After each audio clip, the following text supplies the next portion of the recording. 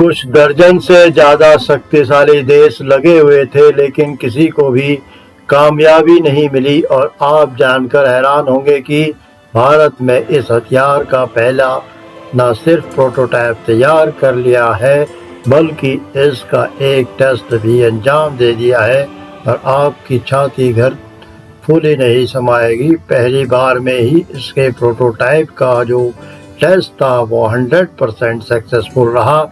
और उससे भी बड़ी बात, इस हथियार को तैयार किया है भारत की एक प्राइवेट हथियार निर्माता कंपनी ने। हालांकि भारत की मिनिस्ट्री ऑफ डिफेंस ने, यानी कि हमारे रक्षा मंत्रालय ने भी इनकी थोड़ी मदद करी, लेकिन फिर भी इस प्रोजेक्ट को पूरी तरीके से डेवलप किया भारत की एक प्राइवेट कंपनी ने, यानी कि हमारी छोटी सी कंपनी ने यूरोप अमेरिका की सबसे शक्तिशाली हथियार कंपनियों को धूल चढ़ाकर रख दी है।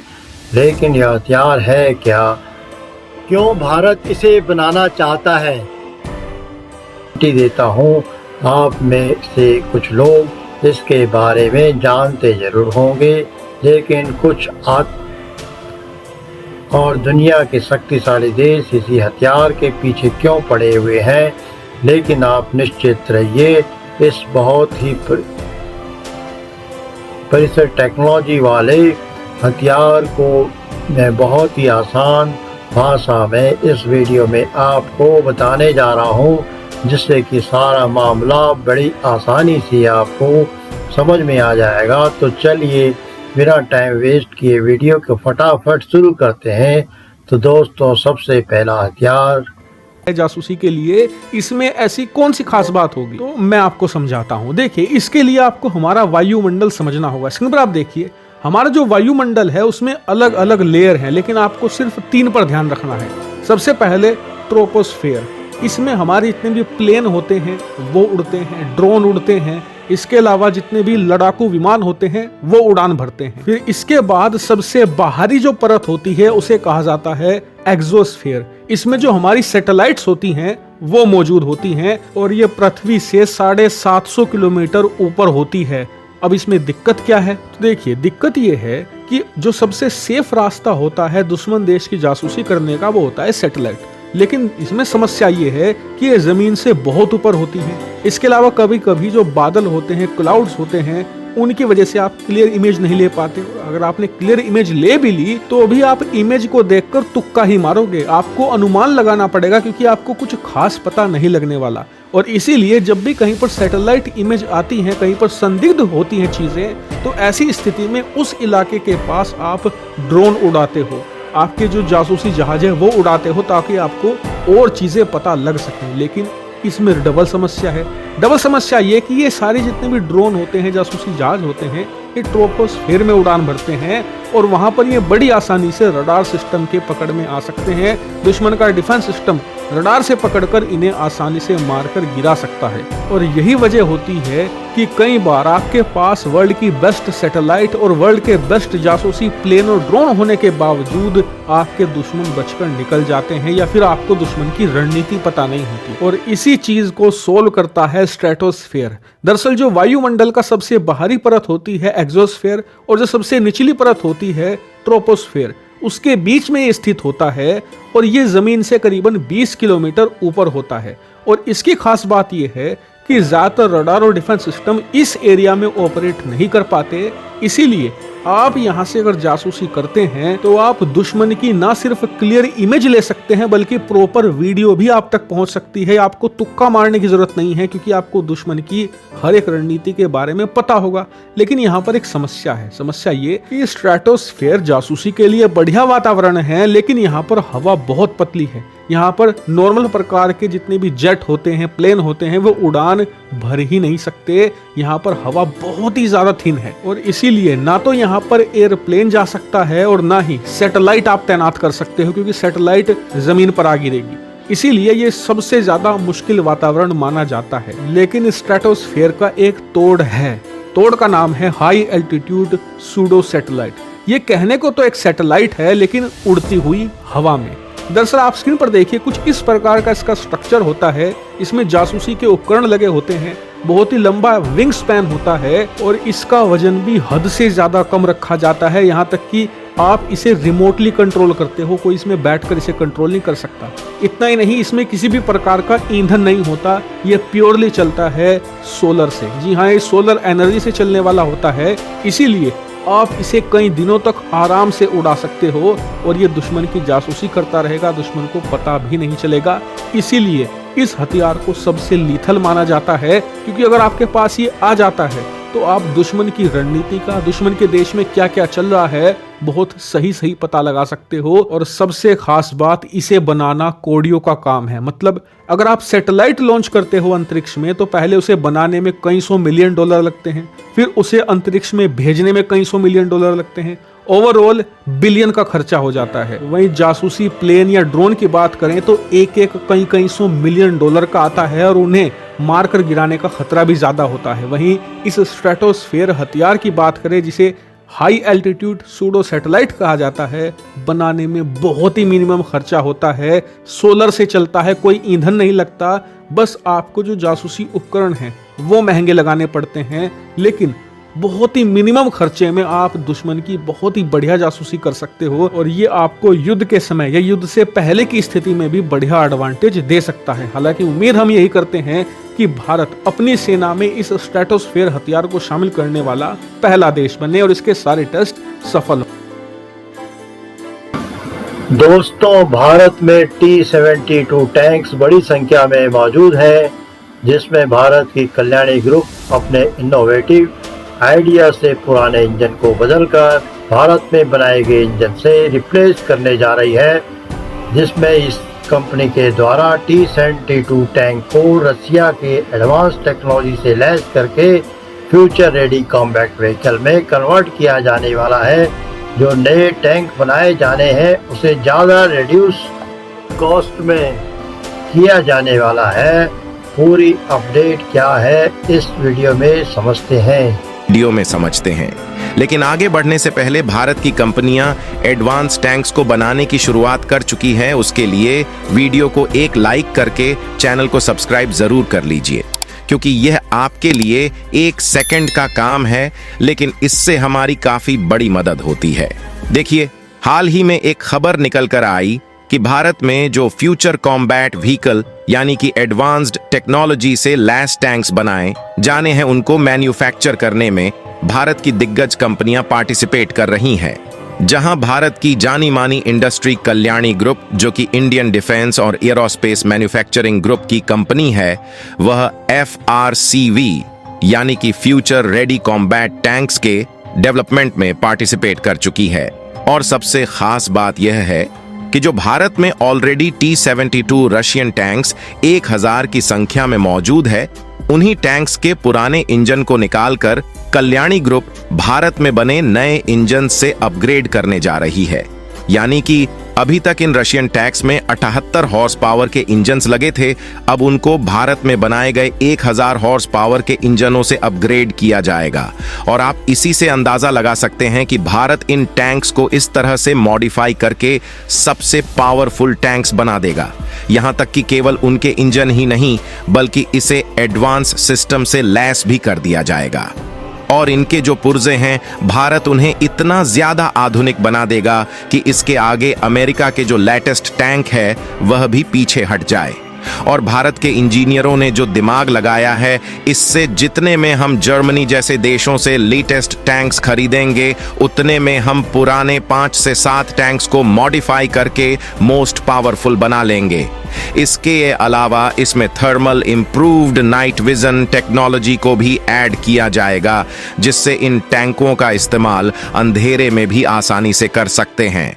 और इसमें fire detection and separation system भी इंस्टॉल किया जाएगा, जिससे यह टैंक्स किसी भी मामले में पीछे नहीं हटने वाले, जिससे अमेरिका और जर्मनी के जो लेटेस्ट टैंक्स होंगे वह भी शायद इसे टक्कर ना दे पाए, क्योंकि भारत की कंपनियां इसे पूरी तरह से स्वदेशी तौर पर बना लेंगी। हालांकि T-72 टैंक्स रूस के हैं, तो इसमें कुछ कंपोनेंट रूस के ही रहने वाले हैं, लेकिन ज्यादातर कोशिश यही की जाएगी कि इसे स्वदेशी तौर पर डेवलप किया जाए।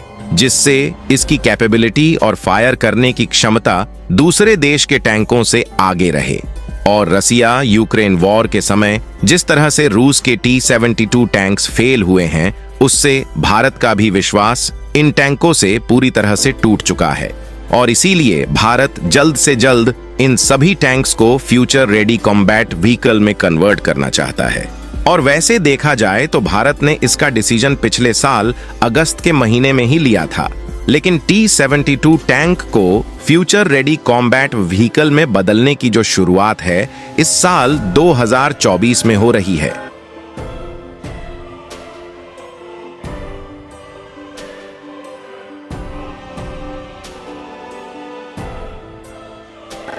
इन टैंकों के मॉडिफाई होने के बाद जो बनने वाले टैंक्स हैं, इनका वजन लगभग 55 टन के करीब होने वाला है, जबकि जो T-72 टैंक्स हैं, उनका वजन केवल 44 टन है। यानी कि जो नए टाइम्स बनाए जाएंगे वह हर एक मामले में पूरी तरह से एडवांस होंगे। और आपको जानकर हैरानी होगी कि कल्याणी ग्रुप पहली ऐसी इंडियन प्राइवेट कंपनी बनने जा रही है जो कि सक्सेसफुली MBT यानी कि मैन बैटल टैंक्स को मैन्युफैक्चर करेगी। हालांकि कल्याणी ग्रुप पूरे तरीके से फ्यूचर रेडी कॉम्बैट व्हीकल का प्रोडक्शन नहीं करेगी, बल्कि इसमें DRDO भी इन्वॉल्व रहने वाली है। आपको बता दें कि भले ही कल्याणी ग्रुप पहली बार मैन बैटल टैंक्स का प्रोडक्शन करने जा रही है, लेकिन इसके पहले अभी तक डिफेंस और एयरोस्पेस में यूज होने वाले कंपोनेंट और डिफेंस के एडवांस व्हीकल्स को यह इंडस्ट्री स्वदेशी तौर पर मैन्युफैक्चर कर रही थी, जिसमें अभी तक कल्याणी ग्रुप के द्वारा टैंक्स में इस्तेमाल होने वाले पहिए और उनके जो इंजन है उनके भी कंपोनेंट को मैन्युफैक्चर किया गया है, जिससे यकीनन कल्याणी ग्रुप के द्वारा बनाए गए बैटल टैंक्स बहुत ही ज्यादा घातक होने वाले हैं। और कल्याणी ग्रुप की सबसे खास बात यह है कि इस इंडस्ट्री के द्वारा जो पहिए बनाए जाते हैं उन्हें जिन टैंक्स में लगा दिया जाता है वह रेगिस्तान से लेकर पहाड़ी इलाकों के ऊबड़ खाबड़ जगहों पर भी आसानी से चल सकते हैं। और ये वो हथियार है क्योंकि एक बहुत ही घातक हथियार है, इसके बारे में आपको बताऊंगा। और भारत ने अभी अभी एक नेवल बेस बनाया है, मैं इसके बारे में आपको बताऊंगा, तो बने रहिए वीडियो में। और आगे बढ़ने से पहले आपको बता दूं कि मैं आपके लिए वो वीडियो लेकर आता हूं जो भी चल रहा है डिफेंस के जियोपॉलिटिक्स के क्षेत्र में, दुनिया में जो भी खबर होती है उसको मैं आप तक आसान भाषा में पहुंचाता हूं। तो सब्सक्राइब जरूर से कर लो इस चैनल को, आपको आगे भी ऐसी ही रोचक खबरें मिलती रहेंगी। दावा है कि आपको बहुत पसंद आएगी। आगे बढ़ने से पहले एक क्वेश्चन भी कर लेते हैं, तो बताइए भारत ने जो राफेल फाइटर जेट खरीदे थे, जो फ्रांस से हमने खरीदे थे, तो जो हमने पहले ऑर्डर किया था वो कितने राफेल फाइटर का था? जी हाँ, इस ऑर्डर में हमने कितने राफेल लड़ाकू विमान बताओ? यह आपको सबको पता ही होगा क्योंकि ये बहुत ज़्यादा डिस्कस किया जाने वाला क्वेश्चन है।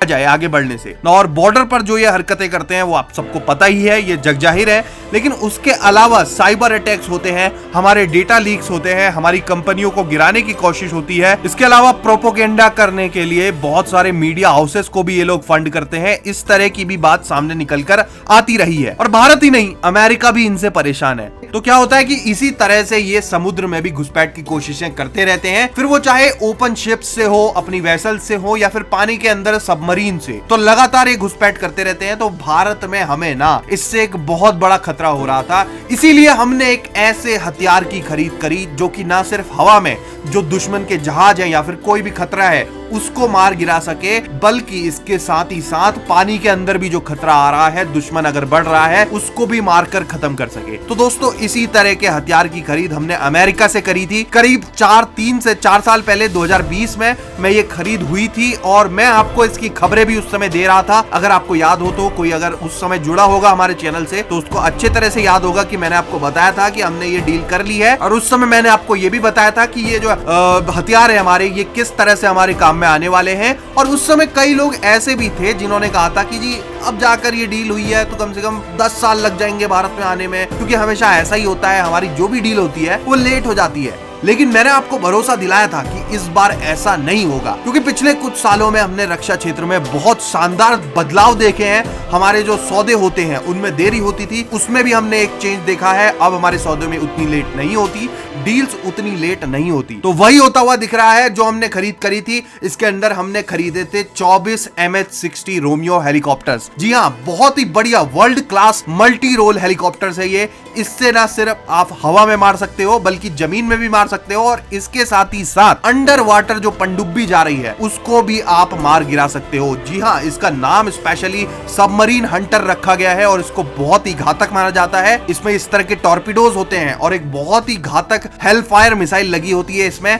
अमेरिका की जो नेवी है वो इसको अलग अलग युद्धों में यूज कर चुकी है, अलग अलग जगह पे इसका यूज हमें देखने को मिल चुका है। तो एक प्रूवन हथियार है ये, दुनिया का बेस्ट अगर आप इसे कहोगे तो कोई दो राय नहीं है। दुनिया का बेस्ट मल्टी रोल हेलीकॉप्टर अगर कोई है तो उसमें MH-60 रोमियो का नाम सबसे पहले लिया जाएगा। तो ये हमने चीन को ध्यान में रखते हुए खरीदा था। और बड़ी खबर अब ये निकल कर आ रही है कि भारत ने अपना पहला स्क्वाड्रन, इसका पहला स्क्वाड्रन भी तैनात कर दिया है, उतार दिया है। जी हाँ दोस्तों, अभी हमारे पास करीब 6 के आसपास हेलीकॉप्टर्स आ चुके हैं। बाकी के आने वाले 6 से 7 महीने में हमारे पास 24 के 24 हो जाएंगे। तो इससे हमारी कैपेसिटी बढ़ गई है। और समुद्र में आप खबर देख रहे हो जो अभी अभी क्या हुआ है कि हमने लक्षद्वीप जो हमारा आइलैंड है वहां पर हमने एक पूरा नया बेस बनाकर तैयार कर लिया है अपनी नेवी के लिए। आप देख रहे हो जो खबर में मिनिकॉय में हमने INS जटायु को कमीशन कर दिया है। और जो ये INS जटायु जो आप नेम देख रहे हो ये हमारे इसी बेस का नाम है। तो बहुत ही इंपॉर्टेंट बेस हमने बना लिया है ये लक्षद्वीप में। और साथ ही साथ नौसेना ने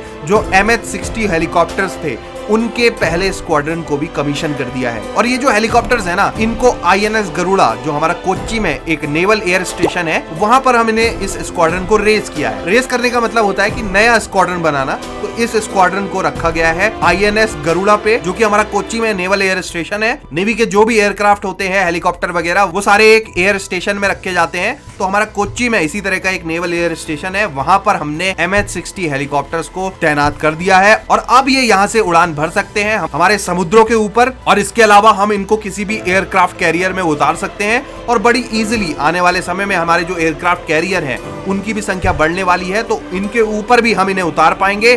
तो भारत के इस मूव पर, इस मेगा मूव पर आपके क्या विचार हैं? दूसरा, MH-60 रोमियो के बारे में आपको क्या एडिशनल जानकारी और है